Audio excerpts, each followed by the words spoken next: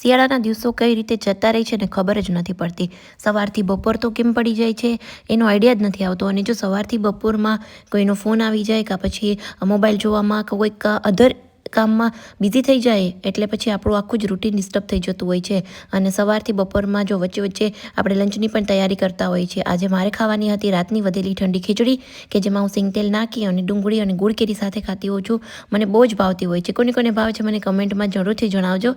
અને સાંજે ગઈ હતી ટેરેસ ઉપર તો બોર જે છે દેશી બોર એની ઉપર મસાલો લગાવ્યો છે અને ચા સાથે અમે આવી ગયા હતા ઉપર.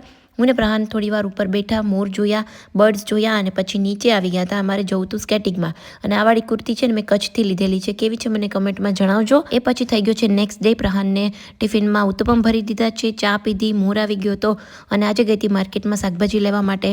તો હું ઓલમોસ્ટ છે ને એક સાથે એક અઠવાડિયા જેટલું શાકભાજી લઈને આવી જતી હોઉં છું. વારે વારે મને માર્કેટ જવું નથી ગમતું હતું. અત્યારે તો લીલા ચણા, લીલો ગુવાર બહુ જ સરસ હતો એટલે મેં વિચાર્યું એકદમ ફ્રેશ ગુવાર છે તો આજે જ એની સબ્જી બનાવી નાખીએ. અને હું કંઈક આ રીતે સબ્જી બનાવતી હોઉં છું એકદમ ડ્રાય એવી ગુવારને સ્ટીમ કરીને. તો મેં લંચ કર્યું અને આપણે મળીશું નેક્સ્ટ મિની બ્લોગમાં. Bye bye.